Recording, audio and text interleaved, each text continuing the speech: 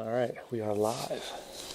Coffee All right, regular. coffee regular. So I'd like to open up today's episode with an apology. Mike, I'm sorry I broke my promise. I wanted you to give me all my belts, and I didn't even make it to one. Oh, yeah. Because this weekend is a looming belt promotion. My daughter and I are going to belt promotion. She's been crushing souls, so she's surely going to get promoted. I don't think I should be, but I may be. Right. And I may tear up a little for all the wrong reasons. So I wanted to open up that today with an apology, and then move into our love-hate relationship with belts. Yeah. Yeah. I mean, I don't feel the need to apologize for anything. It's just, you understand the loyalty aspect of, like, belts and stuff, and that's like one of those things that's lost on, like, today's culture. Yeah. It's like I'm all about loyalty. Yeah. Is the loyalty on honor and kind of that code that every teacher and, like, every student or every martial arts movie, even, like, you have the grassroots student that comes up and, blah, blah, blah, takes your spot, this, that. That's how it is. Yeah, but I mean, in jiu-jitsu, it just doesn't happen that way anymore. It tried. It was that way, wasn't it? It was for a long time. Like, and there was, like, the Crianche movement, which is, like, the term for, like, traitors and all that stuff. It's just like, hilarious. Yeah, and now it's just, like, now it's kind of gone by the wayside because people are like, if you want to be good at jiu-jitsu, you got to train with people. You got to exchange ideas somewhere. Like, you can't have this, like, closed-off mind. Yeah. But, yeah, I don't know. The belts are, like, so important, but at the same time, they're, like, the least important thing in the world. Yeah. I don't know. I mean, it kind of harkens back to a couple previous episodes for Jiu-Jitsu and the internet, I think, is one of the reasons why people are okay with traveling. And then sort of belt rank, I don't know, defining your humor level. Mm-hmm. But in Taekwondo, I think I was one of the few people as a school, and the two different schools that I trained at, or three different schools that I trained at. I'm a bit of a nomad. One place closes, the other I got to go somewhere else. But we'd have friends. We would travel. We would meet people. We'd go spend a week training here, or invite people to come and spend people sleeping on your couch and just training and stuff. And that was really weird in Taekwondo even then. Mm-hmm. And I still think it might be. I don't know. But it's very common in Jiu-Jitsu. Now it's very common in Jiu-Jitsu. Yeah. I mean, look at BJJ Globe Trotters. Mm-hmm. There's like almost a whole database for, like, couch surfing. Like, couches that crash on if you do Jiu-Jitsu. Which would be the ultimate vacation. Yeah, in my mind. It's super cool. But yeah, belts, like, I don't know, coming up where I was, it was just so weird. Like, I had that one coach and stuff, it was just nuts, and, like, he just took that to the whole next level. Like, I don't know, like, during the period of time, where I was just in it, I was trying to get my belts, my whatever, like, really kind of hammered it home, like, don't care about the belt, just acquire the skills. So I just kind of tried to adopt that as much as I could, because at the time, like, I just wasn't in the favor of the promoting instructors, like, because I was hanging out with the wrong people, whatever you want to call it. Like, they just weren't into me or my clique of humans at the time, if you want to call it that. But I gotcha. There was that division within the gym, so, like, there was people who got promoted and there were people who didn't get promoted. Oh. More or less, like. Oh, nice. So upsides and downsides to that. Yeah. So, but that's the thing, people that were getting promoted weren't exactly, like, trumping the people that weren't getting promoted. The people that weren't getting promoted were just, like, going out, smashing, having fun, and then, but not getting anything. The recognition yet. I guess that's the one upside to a belt factory. Yeah. At least you'll get promoted. Jiu-Jitsu, it's honest. It's going to tell you at some point or another. Yeah. It's going to tell you whether you get the belt and you sit there and get the crap kicked out of you because you don't have the skills. Yeah. Or, you grow into it a little bit. There's a lot of ways. Yeah, I don't know. I couldn't pass a half guard the other day. This one dude, man, he's fucking half guard. Mm-hmm. That's all we were doing was passing half guard. I passed him twice we were doing 3-minute rounds, and I had 3 of them against that dude twice. It was nuts. Now he submitted me once, and he was having trouble passing my half guard, but he would eventually get around it. He did more than I did. And I don't know, that's the other end of it too, is A, I feel guilty, B, I don't feel deserving. And well, C, I don't even know if I'm going to get a blue belt or not. Yeah. I don't really care. Yeah, but that's the greedy end of it too, is I want to hold on to my white belt. Yeah. Oh, I want it. Right.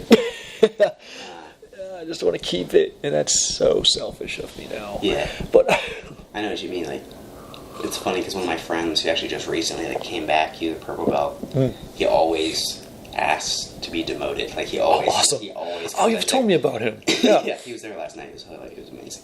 Yeah. He came in with his purple belt like tucked in his gi. He didn't want to like put it on.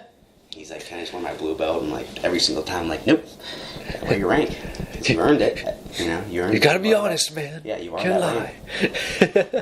That's funny. Yeah, like you may not have trained as consistently or whatever, but you're that rank. So Yeah, you were there at one point. Yeah. So wear the belt. So he'll kick back into it eventually. So That brings up an interesting question for me. Okay, so of being demoted or demoting yourself. Okay, so I done a lot of judo, but I've done a lot of not as good as it should have been judo is how I'm definitely describing it now. So many details that I know now that I didn't know when I got my black belt in that system. I was good for what we had. yeah, I could apply a lot. I was fine. But now I know so much more. So I have effectively just wiped my judo black belt clean. Like, I don't really want to be... like, no, I'm done with it. yeah, Like, I'm white belt again, but not really. Kind of the same... I mean, similar problem that I had going into jiu-jitsu where I'm a fake white belt. I know a lot of stuff the white belt shouldn't know. yeah, But there's a technical gap that I'm a white belt. yeah. And some things like transfer between like arts like that knowledge and that kind of just that time in do than like the skills. Like yeah, I mean, for me, skills, details, like, it's application of skill. Like, it was 7 years and 2 hip surgeries between the last time I grappled and the next time I grappled. Yeah. So to me, that erased all my judo skill. I lost it because I didn't use it.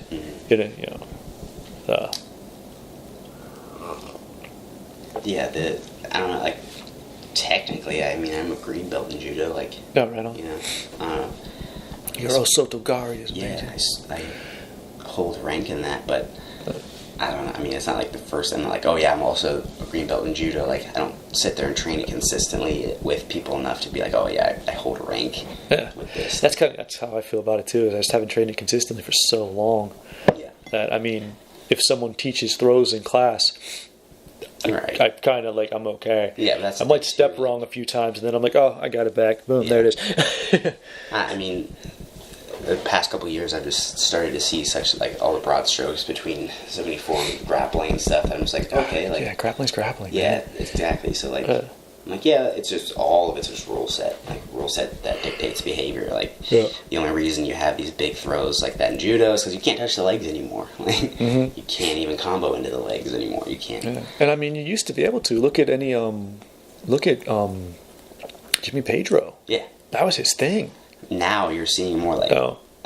the hybrid fusion type stuff, like between sambo and judo, and just like in the realm of jiu-jitsu, because you can't do it in judo anymore. You can't attack the legs, whatever. Like, but there's so many like applications to get into, like great positions for like in jiu-jitsu rule sets. Like, yeah, for sure.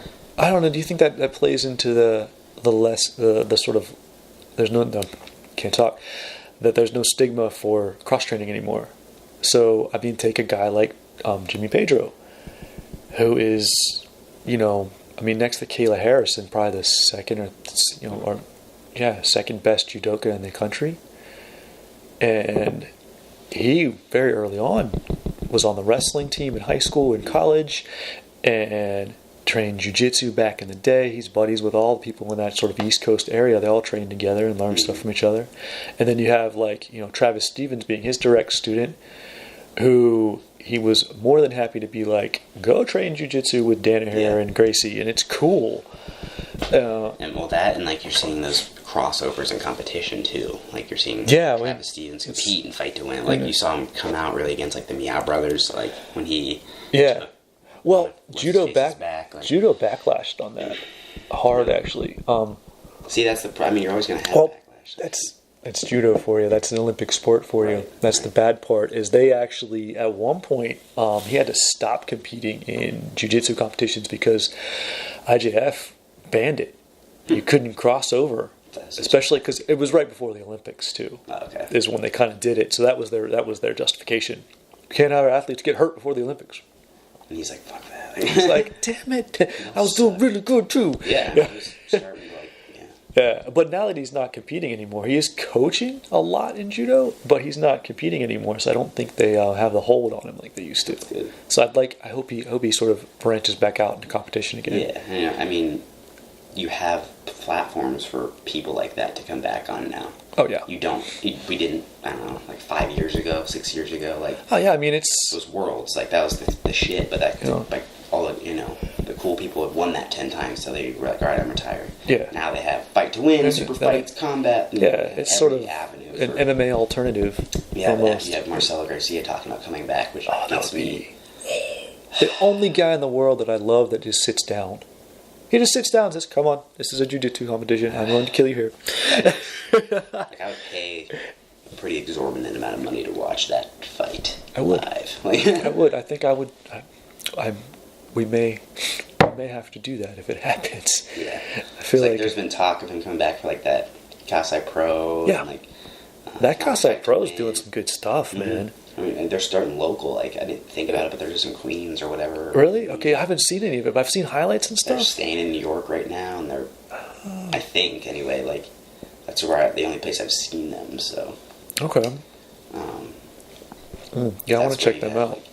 Like, all the Danaher and Marcelo people to square off, so. That'd be fun. But, I don't know. Okay, tying it back into belt rank of, I don't know, let's go from a competition standpoint. There's always one. There's always one. It always happens. My phone's across the room, so I may be diving up at some point. But there are entertaining matches at every rank.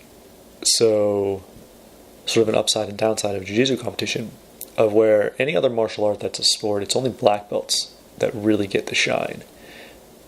And one of the big barriers for, and Travis Stevens talked about this before, for jiu-jitsu as an Olympic sport, is Worlds has all ranks.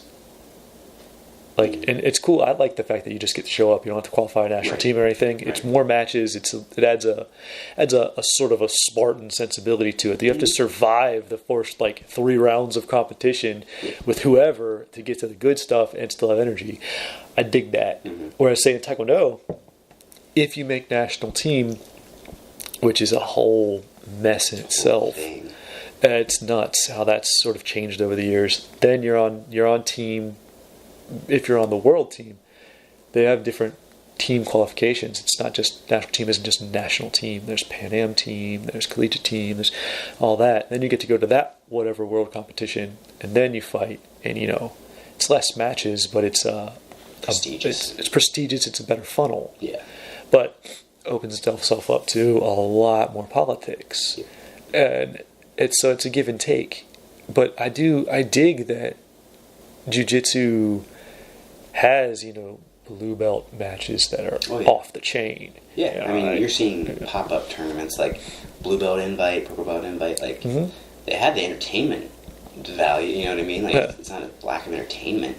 If anything, like black belt matches can get really boring for people. It's almost too skilled. Almost. Yeah. Because sometimes you'll have 2 black belts come out and the one, remember the on My Fight to Win or whatever, like the 2 big heavyweight black belts, I just sort of jumped and just pulled on each other for 10 minutes. Yeah. The biggest event of it was someone jumping guard. That was bad. That's just me. Yeah.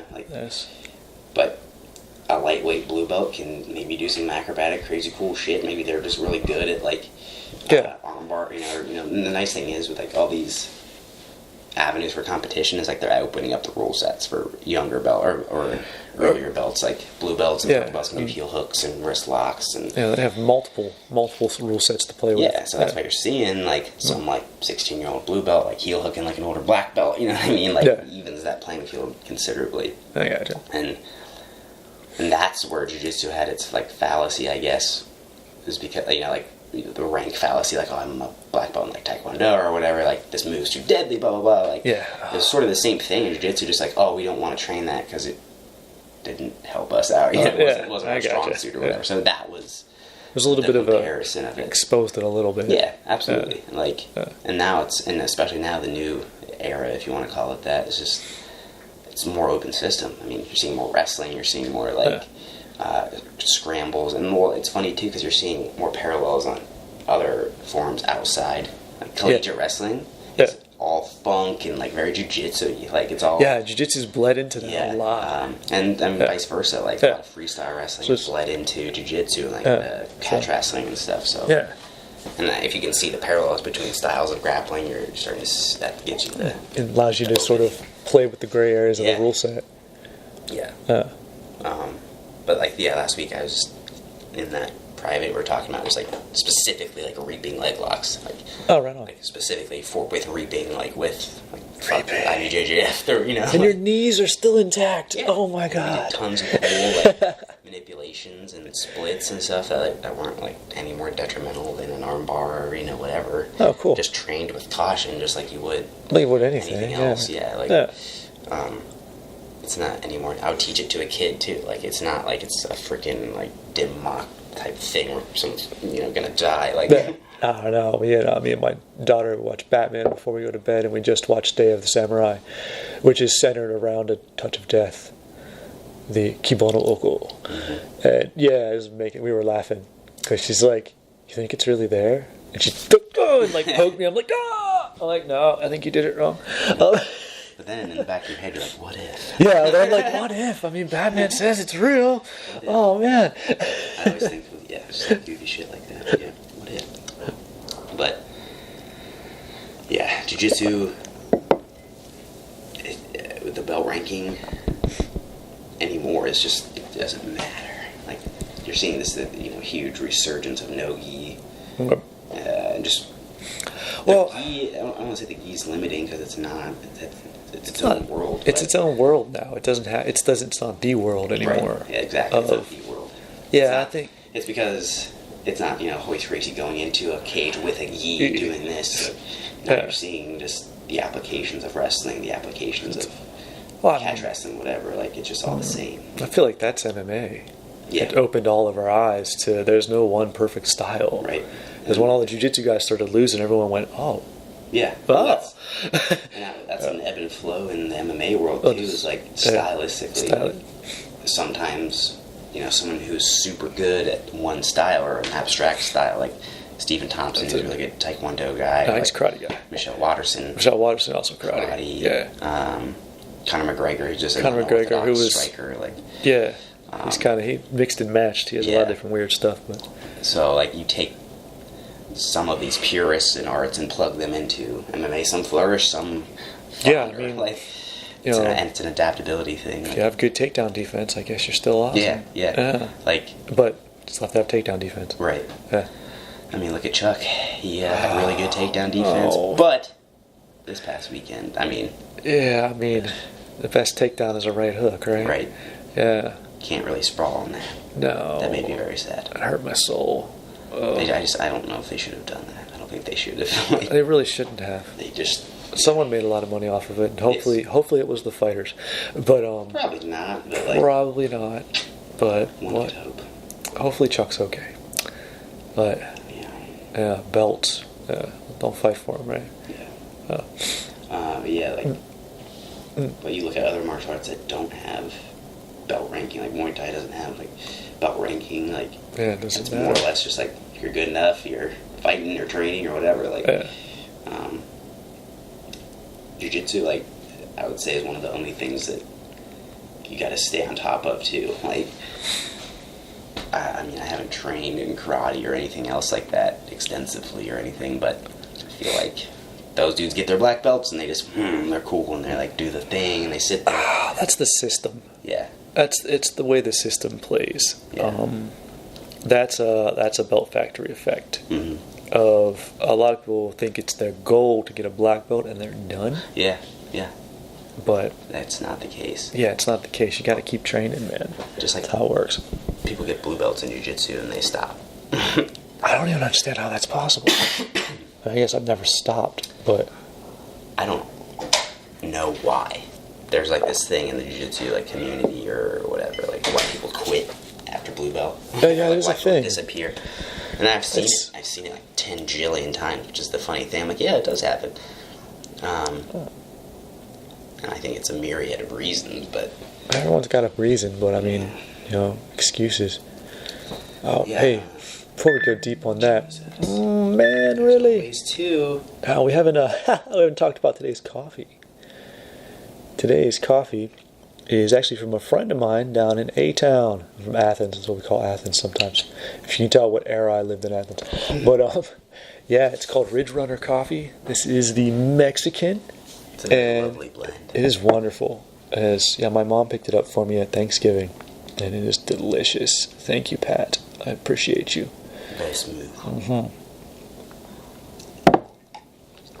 Even better than a Deadpool mug. Yes, and tastes good in Batman as well.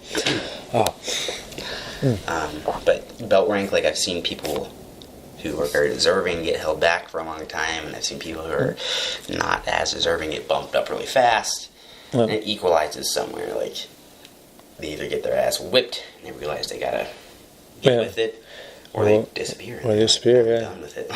I gotcha. So you think that it lets that be the equalizer? Lets application of skill actually be the equalizer? Because that's the one protection that a strict belt rank system would have, is that if you're testing every so many months and you have to know this and do this, I mean, technically you're advancing for, a reason of, you fulfilled requirements. Sure. But the downside is all you're doing is memorizing stuff for a test. Yeah, and like look back at what you're doing in high school. Like, do you remember any of that shit? Nah, man. Dude, yeah. So it's like... That comes down to how you train. Like, if you train for the acquisition of knowledge, you're going to be all right. You don't care, If you train to know a specific set of something for this, like, you'll know that, but good luck coming up with anything else. Like, that's a hard balance to strike, because I've kind of been on the whole spectrum of that. I prefer to just train for the journey. I just like to acquire and apply knowledge, and I don't really care. But coming up in a Taekwondo system, there's testing, and I would try to avoid it. And like my teacher would make me, and Doc was cool about that. She's not the one I have horror stories about. She's fine. But she was totally awesome. But she was also super old school. You had to remember everything, from white belt up to wherever the heck you were. So it was just like a stay in, everyone drops off until if you're the highest belt there, you're the guy left at the end doing the stuff that only you know, which I thought was a cool way to sort of, prevent that. But then again, it made it hard to sort of explore, because I had to know all this stuff, and I tried to kind of branch out, and that was in an era when you didn't do that. I got in trouble a couple times. Once because I was a dumbass and invited people into the school when she wasn't there. Don't give the teenager keys. Don't do that. But that was fun. I beat them. But then another time, her belief was, get really good at one thing. You don't need anything else. And that was just the era it was from. And I mean, we trained all kinds of scenario stuff and self-defense and how to get up off the ground if you got knocked down. And so there was it was more broad than you would think, but very frowned upon if you wanted to go train judo with your friend. Right. And then I kind of moved into a sort of a both, where I went to another school where we did a lot of other stuff. So there was a lot of judo and hapkido, and we branched out into MMA and boxing and kind of did all kinds of stuff. But there was still that weird ass loyalty, even though we invited people in and we traveled a lot. It was, and then now I'm sort of free.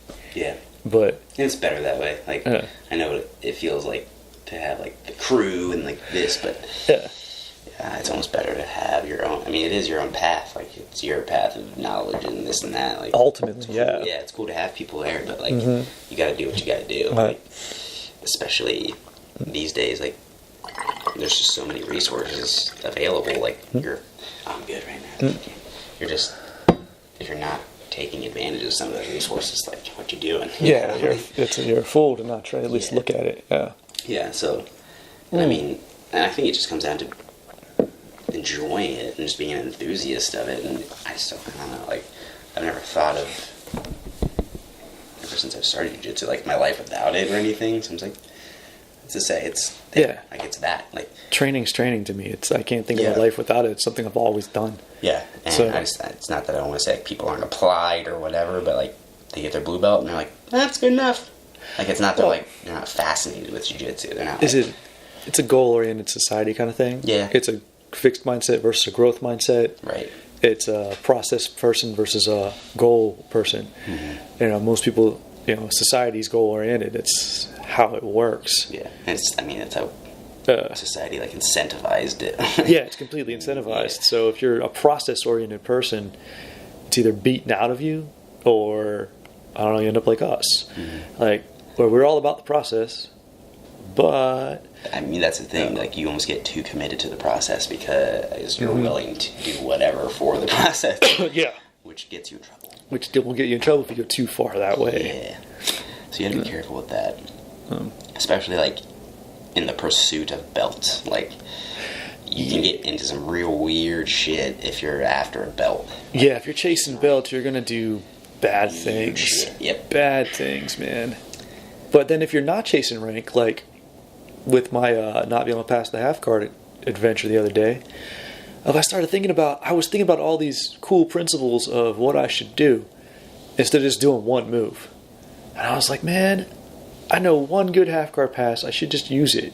But I'm like, I just want to pay attention to where his knee is right now. How's he holding me? And don't put pressure here, and that loosens that up. And it's past his guard, dude. I tell people, all the time, like, you got to roll a lot. Like, I don't know if like people even begin to realize what I mean by that. Like, you got to put yourself in the worst positions and like. Yeah. You gotta experiment, and like that's the nice thing about jiu-jitsu. It allows you to actually experiment. It allows you to experiment without dying. Without like get hurt. Consequence. Yeah.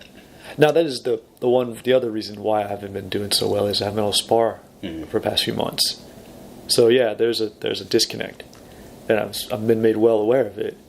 But it's just I have to bring myself back in, and I need to get away from my principles standard of open the knee and open the elbow and break the posture to just do this freaking pass.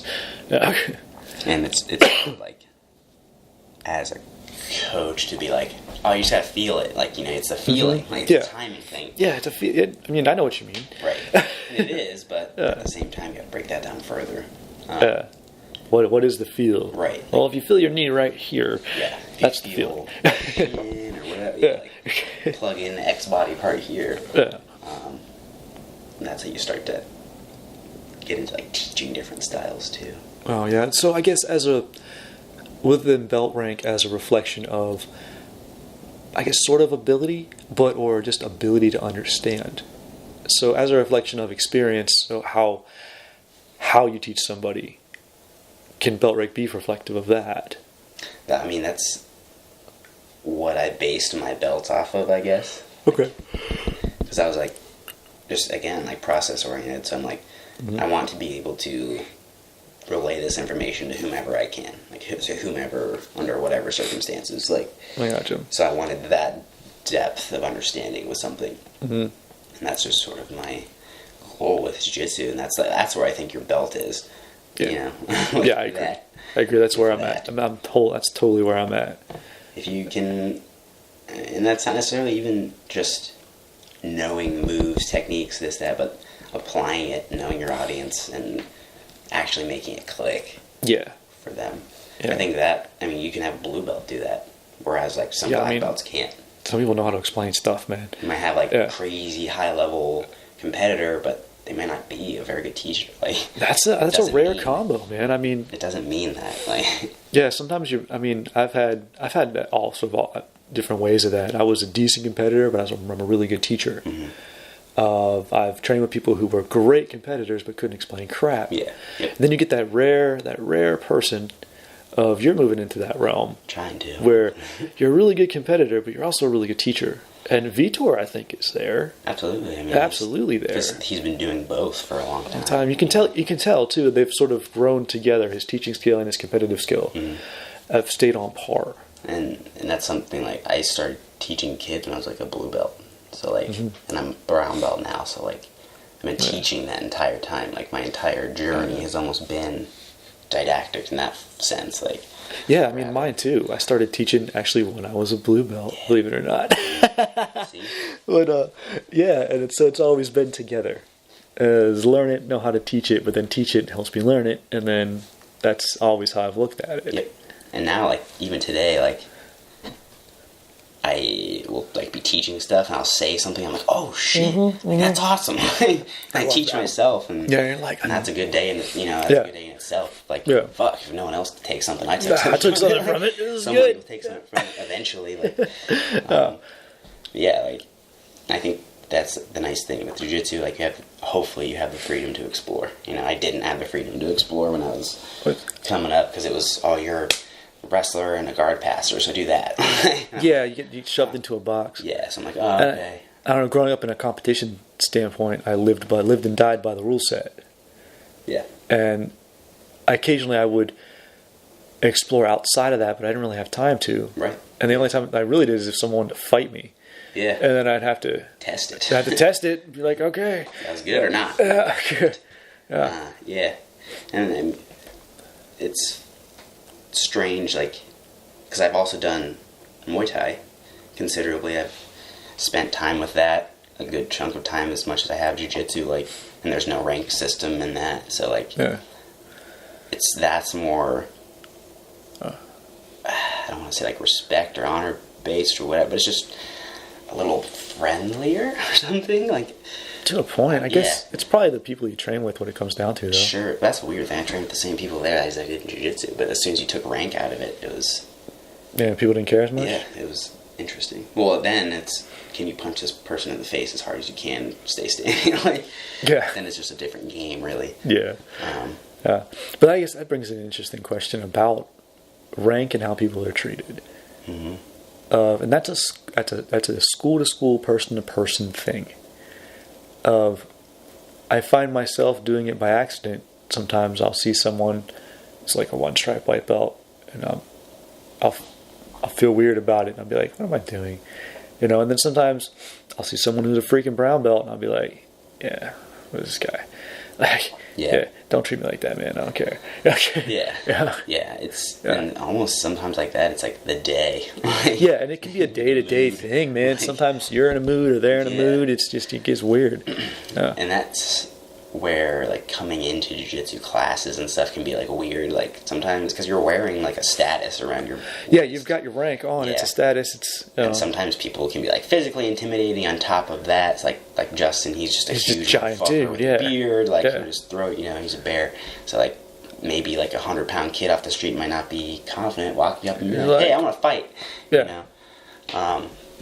So I think of belt, like that sort of thing, almost just like it's race, like, don't be a belt racist, like, you can learn something from a purple belt, from a white belt, like, that, whatever. Like, definitely. I've seen brown belts, black belts that are arrogant and shut off and don't want to answer questions, and, like, it's almost like, why are you even here? Like, why are you even bothering this for me? Or I guess it goes the other way, too, if some people are so self-deprecating. Yeah. That, like, they don't let themselves grow into the belt. Mm-hmm. Absolutely. And I mean, at white belt, I've seen that a lot. Getting to be a white belt again, I've gotten to be sort of aware of it, and I force it on myself a little bit. I'm undeserving of anything. I'm a white belt. But that's the other white belts do that, and I'm like, you shouldn't think like that, man. Yeah. You're really good. You deserve that. You did good. Like, and you look in the mirror like, damn. Yeah. Well, and that's just like being a white belt again, and like the seemingly, like, number one thing I hear, like, from white belts is like, oh, I suck, and like this. I'm like, and I can't tell them enough. I'm like, it's so good to suck. You must suck. It's so awesome. Wait until you get deeper into the quicksand. Then when you suck, and then it's different. But like right now, when you're a fresh white belt, that is the best time to suck. It is, man. That's the place to be. We talk screw about everything up. Yeah. Just being. That's the place to be. Yeah, it's the best. That's why I don't want to be promoted but I know that I've been a white belt long enough. If I get promoted, it's there. It But it doesn't matter. Yeah. You know? Although I did see a advertisement for a belt in Jiu-Jitsu magazine the other day. It's really cool. It's got colors of the next belt woven into it a little bit. That's cool. So the internal part of it is like the blue belt. The inside is like neat. purple. It looked cool. I was like, that's just neat looking. That's cool. I would love to have that belt. I wish I'd have got that white belt. Yeah. That's a good idea, actually. It's a neat idea, yeah. It was Like a very... the call it like the infinity belt, and like it starts white, and then like underneath it's blue. And like, yeah, it fades away, yeah. It'd be thick as fuck, but like... It could be. I think it'd be super fun. I mean, isn't that the legend? Right. The legend of how black belts were made is just dirty white belts. Yeah. Or all those people died of some kind of infection. Yeah. But yeah, jiu-jitsu, and that's the thing. Immediately you take off the gi, it's no rank again. Like then you can look at it as like submission grappling, where you can either grapple or you can't. Like, Oh yeah. you know what I mean? Like, Yeah. but yeah, when it comes down to like, the way people are treated, like if you're coming from a weird kind of culty type joint, you might have to treat black belt like he's fucking God or some shit like that. Like, Yeah. They might make you do that, but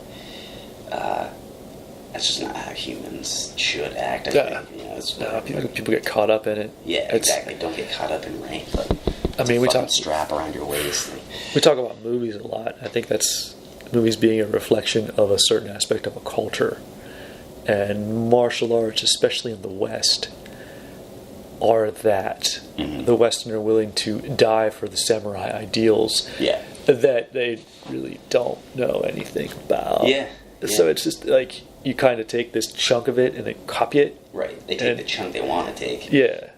Yeah, and I know that growing up the way I did, I've seen that.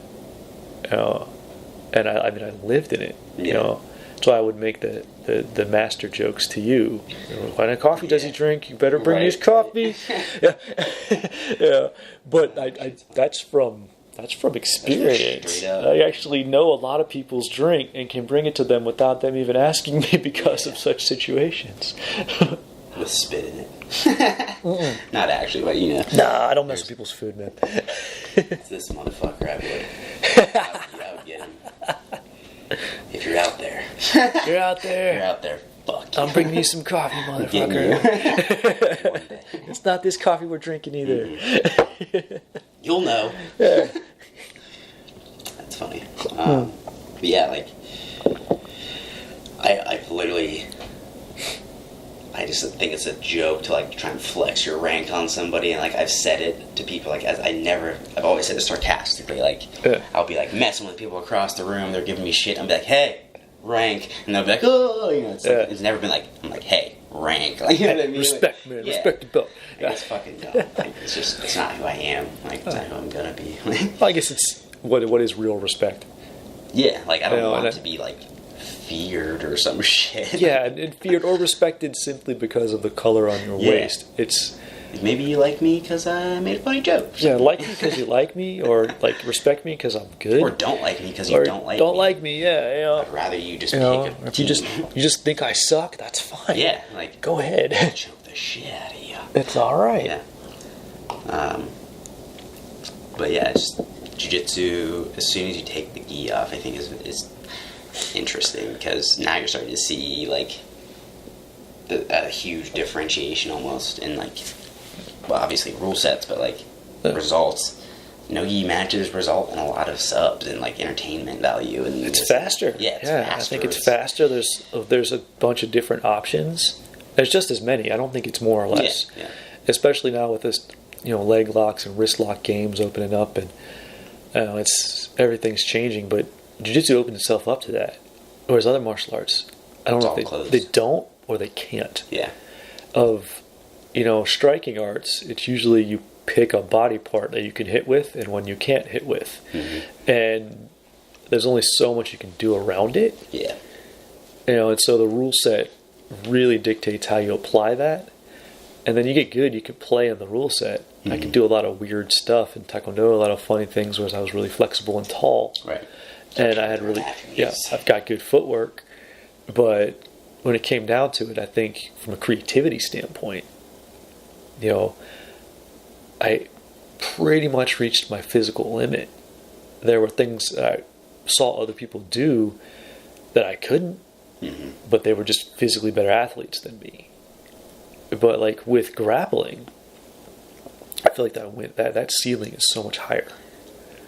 There's so many different angles and grips and just different things you can do in different ways. I feel like there's more options. Jiu-jitsu, like once you learn your jiu-jitsu, that gives you the ability to unlock whatever you want in it. Like you start to discover. That's what like white belt, blue belt's for. Like to discover your movement, how you do this thing, find that style, and then you start like really tuning it in and kind of like your triangle is going to be different than my triangle. I'm going to do different setups. Like I'm going to do different stuff. Like that's like relating back to jiu-jitsu being like a fingerprint. Like your thing is going to be.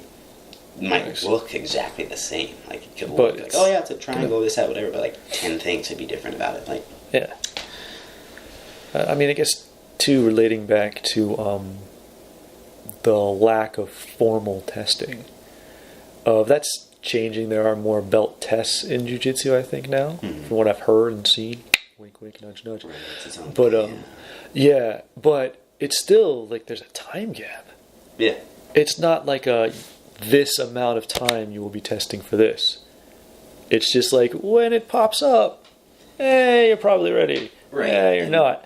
Oh. And the ability to train kind of like wherever, like, or, just having the availability to go to class, like that's different for just people. Go. Yeah. Like that's different for like college kid who can do this or, the busy lawyer or whatever, you know what I mean? Like that's going to be different. Like, and then you have, in terms of like giving belts to people who don't compete or aren't going to want to compete, they have to have kind of a different, I'm not saying like competition is necessary, but like,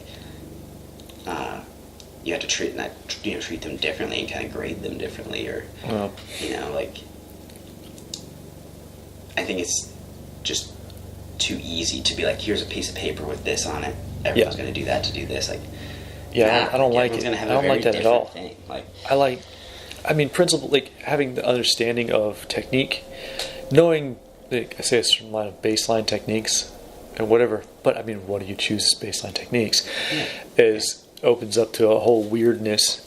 But just understanding principles of body control and leverage, and it's all a good thing. But that all refines itself over years.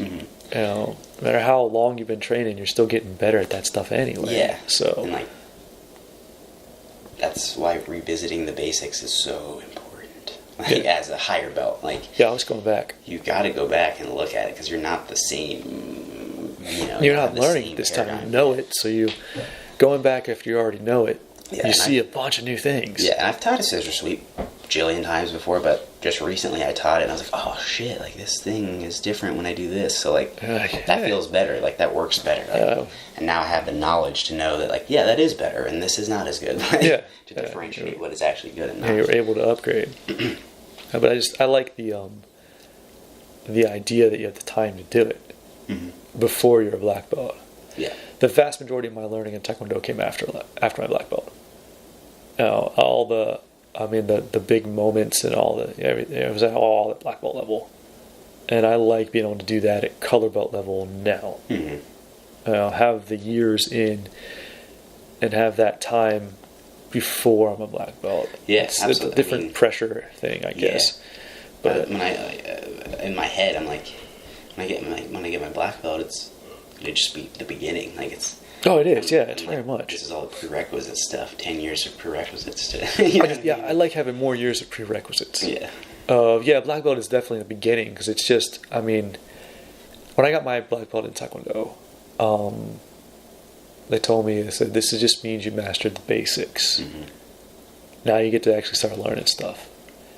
And as an 18-year-old kid, I was not the happiest about that comparison. Right. But, I got it. And then I looked at it again years later. I look at it now, and I'm like, I didn't actually master the basics. Right. I was okay. Yeah. Good enough. Yeah. But I'm really way better at the basics now than I used to be. The same thing happened with my blue belt. I got my blue belt really quickly because I had the wrestling background or whatever. I got it from coaches or whatever, and then one of the person who was my actual coach was like, "You're not a blue belt. You're not." I was like, oh. Just fake, son.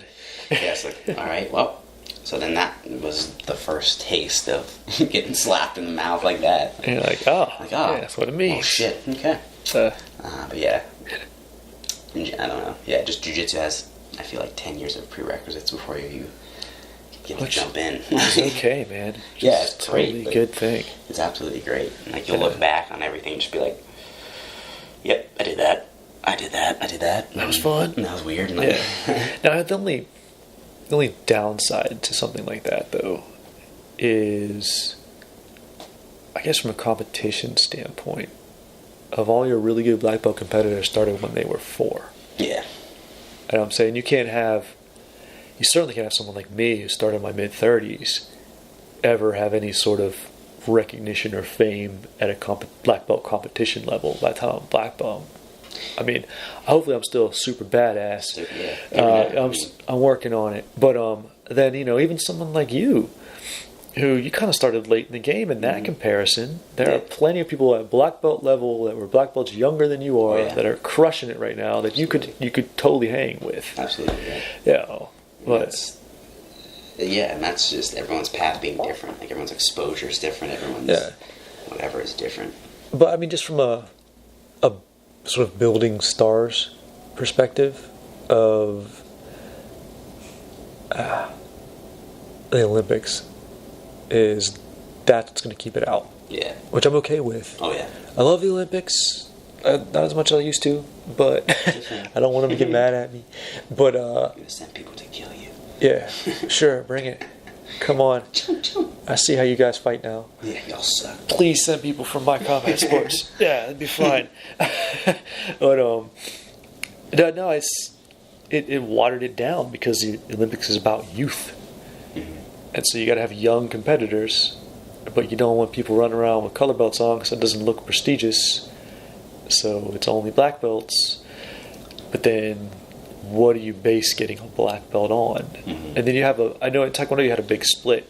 You had the biggest, started out as people who practice the art, people who practice the sport. And then you kind of had people like me who were kind of in between, where I could pull off both fairly well, but I didn't respect either end. Yep. People who were just sport or just sport, I was like, you guys suck. You're in the middle, yeah. Yeah, being in the middle was fun, but then you get into just the sport end, you had your fighters versus your players. Yeah. I was on the fighter end, just by association, more luck, really. And then you had the player end, where people just worked the rule set. Whereas we wanted to get in a fight, they wanted to work the rule set. To win and do whatever. Yeah, now the players ended up winning that battle. That's what the game is now. It's the front leggers and the point scorers, which I don't like. Because I like a fight. I want to hurt somebody and be hurt and, hug at the end and, that's fun. Yeah. Let's meet at the bar and laugh about it later. Yeah. But the rank aspect of that made it weird. Of you saw people that were wearing black belts at competitions and they didn't know shit. Yeah. And then you saw people who were amazing badasses, but were like, nah, man, I haven't earned that. And you're like, you should just jump up. Just put it on for the competition. You could make team right now. But the politics, semantics, all that shit won't allow that shit. Oh, no, that was a lot. That happened all the time. Oh, yeah? Oh, fake-ass black belts everywhere. Yeah. Oh, all the time. And then you had a handful of people with honor that you just drop the honor just to beat that guy up. Come on. Yeah. Jiu-jitsu, throwing a fake black belt now, they're gonna fuck your world up. Yeah. On YouTube. But because of the structure of the way the art itself is still structured, you can't get it fast. Even your phenoms, it's years even. It's even years for them. Look at Travis Stevens. He's lifelong judo black belt. Gets his in 18 months. Yeah. Realistically, that's not going to happen to anyone. Right. But like Kit Dale, got his in 4 years. BJ Penn was 3 years or something. You're going to have people like that. Got weird outliers, yeah. But, no, I'm bringing up Travis Stevens again. That's something I was thinking about the other night. One of the dudes I was training with was like, man, I'm going to go home and I'm going to jump on YouTube and find a bunch of half guard passes. And I thought about something that Travis Stevens had said. Of someone was asking, like, how did you get your black belt so fast? He goes, well, one, I've been doing judo since I was a little kid. I am a judo. I was, I think, Olympian. I think he was an Olympian by the time he started jiu-jitsu. Yeah. And he's like, okay, there's that. It helped a lot. He goes, but two, I only did what I was taught. I didn't go outside of it at all. 100%. What I learned in class is all I worked on. I didn't pull from anywhere else.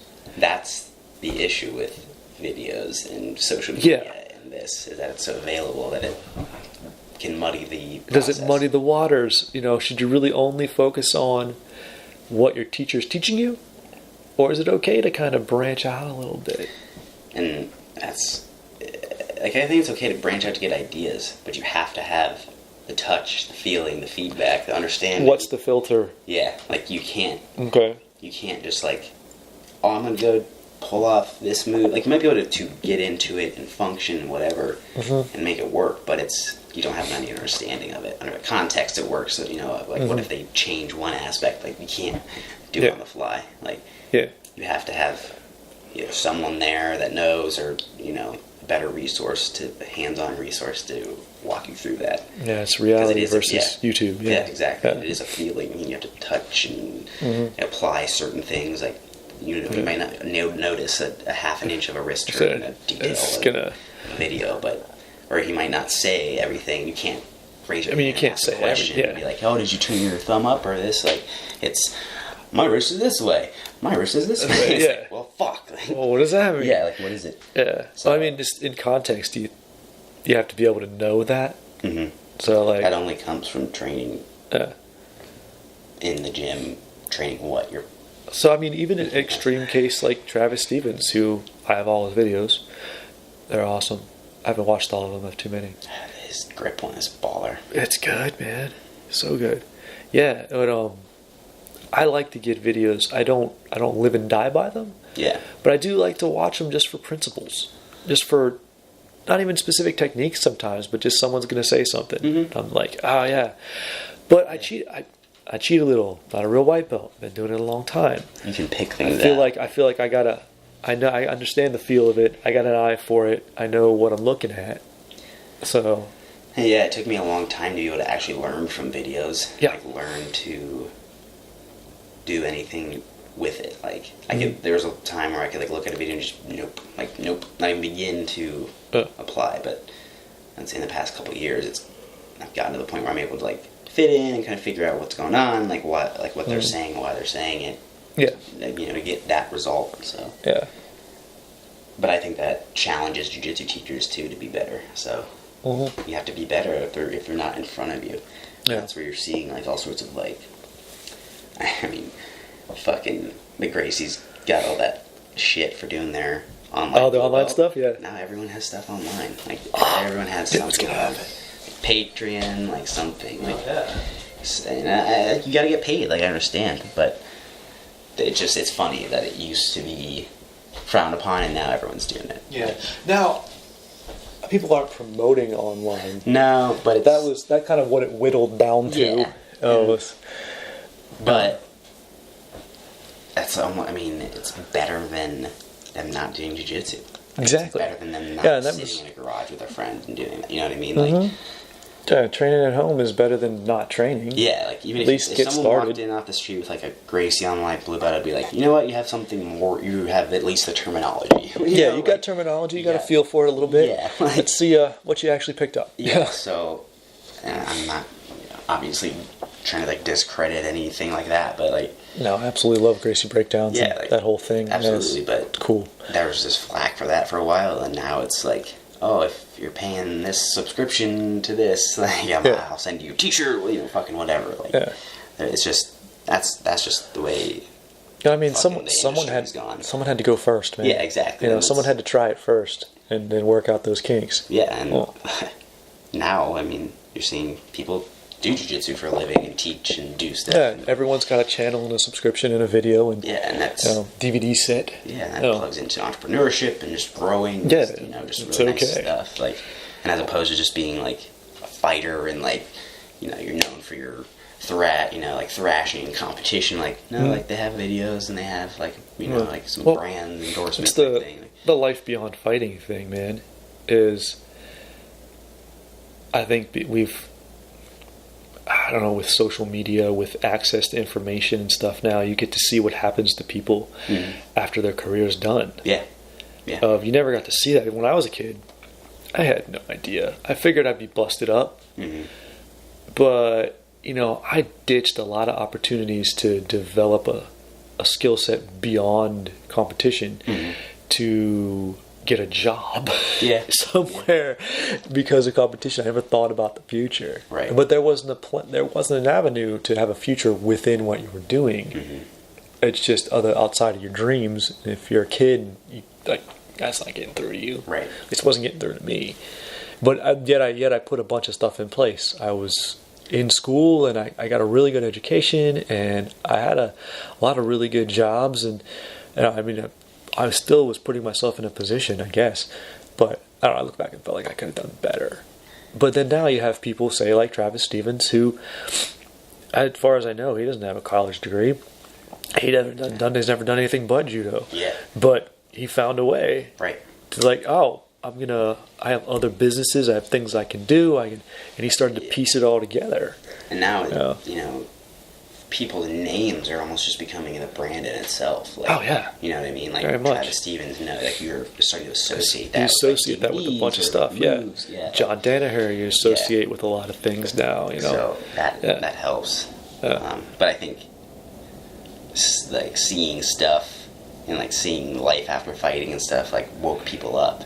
Yeah. Because they're like, oh shit, like everyone's broke on drugs or whatever. Like, I get my shit together. And I think it woke fighters up too. Of just, you know, you don't have nearly as many knockdown, drag out brawls as you used to. You have a handful of guys, but most of those guys are actually from that era. That's just what they do. That's what it was. That's what it was. That's what you don't see that happen so much anymore. Like, except for the rare exception of recently, Chan Sung Jung and Yair Rodriguez beat the crap out of each other. That elbow.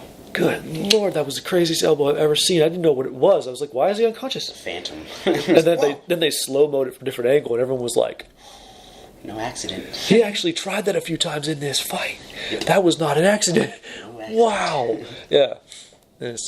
And I mean, you can appreciate that for what it is, but both of them are like, it's not a good thing that we're smiling in the hospital, guys. Right. It's bad. You got to see interviews. You know, I saw something with Yair Rodriguez showing video of his feet.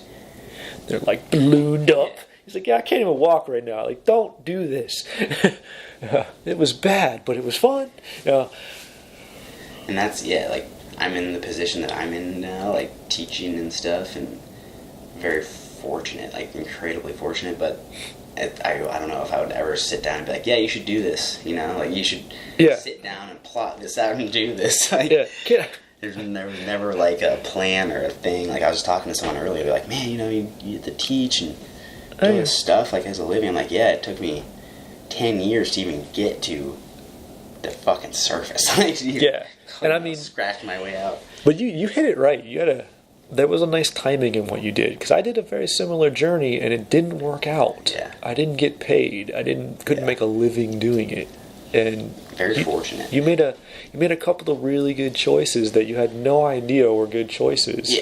But it definitely worked out for you. I mean, so far. So far. It can work out better than it is working, but it's getting better all the time. Absolutely, and that's just having the time and the self-belief and shit, and just not being where I was, and stuff like that. Like sometimes people just need to be left the fuck alone to do what they need to do. You know what I mean? Like, oh yeah, and I mean it's with belt rank, it goes back to not regular testing.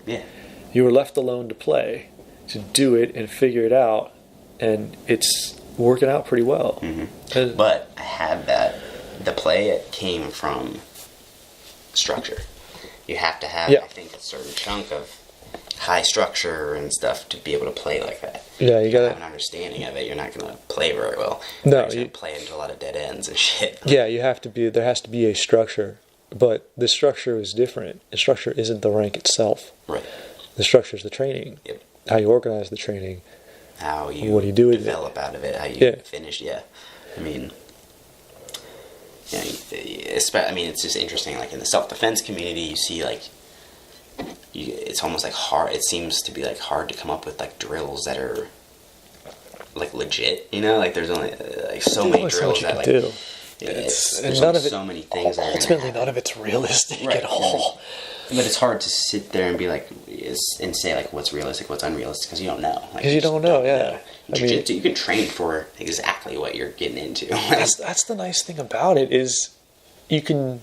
I mean, we've talked about it before, is that you can sort of grade the speed and grade the intensity, but it's the same thing all the way up and down, and it's all still good and useful. Yeah. Whereas you can't do that so much with striking arts. You really can't do that in self-defense. It's tough. It's really tough to make it clearly useful. You know what I mean? Like all the time. Mm-hmm. Jiu-jitsu has its own problems with that too, but it has its limitations for sure. But I think from a practice standpoint, it's the most direct crossover. Definitely, yeah. Oh. Definitely. I mean, even if you practice it on a throwing dummy. It's still there's still more crossover. Oh yeah. Than I can practice my armbar position on this dummy forever, and it actually helps. Like, not even like the braking mechanics, the movement mechanics. The movement mechanics alone, like that help you tremendously. That's what I feel like people don't realize too. Is like you don't always need a live partner there. Like you can drill on a ball, a bench, like you move. Well, that was one of the big arguments of the Gracie University.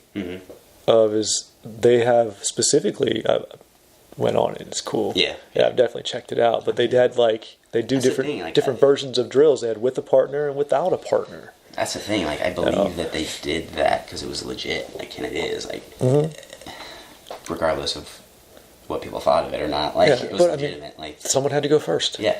Now look at people. And now everyone's doing some sort of version of that. Yeah. Clamoring to get their own like website hub or like this is my cyberspace that you're coming into, kind of. Yeah, but they organized it so well. Yeah. The way it's laid out is really impressive. You can't knock them for that. No, it's very understandable, and the details are really good, and I just like Henry and Huron Gracie. I listen to those guys talk forever. They're just engaging dudes. They're happy. And they're even sometimes they'll get on my nerves, but like it's not because I don't know why they maybe it's like they bicker or something, or like not quite bickering, but like they just like go back and forth over each other a little bit. You can tell they're brothers, man. Yeah. Sometimes the brothers come out. Right. You're like, all right. You're like, come on, man. Someone pull rank or something. Yeah. One of the older guys just come on. Let him concede or something. You can. There's a little bit of the family element bleeds through sometimes. Which is funny. Which is funny when you look at it. But I've tried to make my own videos and stuff, and I've never put a bunch out and be like, oh yeah, I'm gonna make a DVD series or wanting something anyone fucking want it, but it's harder than you think, man, to make it good. Yeah, do well with production value and putting shit out. Yeah. But that was more for me and just learning how to do it. Yeah, just want to learn how to do it. Got to get it out there. Got to make it real. Exactly. Yeah, that's content out. It doesn't have to be perfect. But that's pretty much what any of my content is these days. It's just I'm figuring it out. You sit and wait for a perfect piece of content, you're gonna be waiting for a long time. Hopefully, forever. Shotgun approach, and then something good will come along. Eventually, it gets good. That's the premise of training. Yeah. Of this thing you can't explain to a white belt. Is suck, keep sucking, keep failing. You move up the ladder, even if you're always gonna feel like you suck. Guess what? You'd suck for 5 years. You're gonna look at someone who's starting, and you'll be way better than them. Yeah. Someone just the other day was like, "Man, I suck." This and and usually I have some comforting thing, and I was like, "Yeah, it doesn't stop. You always suck." Yeah, you always just walked suck. away, and that was it. And I was like, "Oh, I probably wasn't very." You should have put some context in that one. I should probably I suck at a higher level than you suck. Really, but that was all I said, and I stood by that one. And maybe, who knows? We'll see what manifests. Hopefully, they figure it out. Yeah. Maybe I should correct that. But nah, they'll listen to this. They'll know. They'll know. All right, how much time you got, man? Yeah, I got a split ski. All right. Yeah. That was a good one. That was good. We're all right. Nice. All right. Well, guess see y'all next time. Until then, keep your coffee regular. Keep it on flip flop. Have a nice day.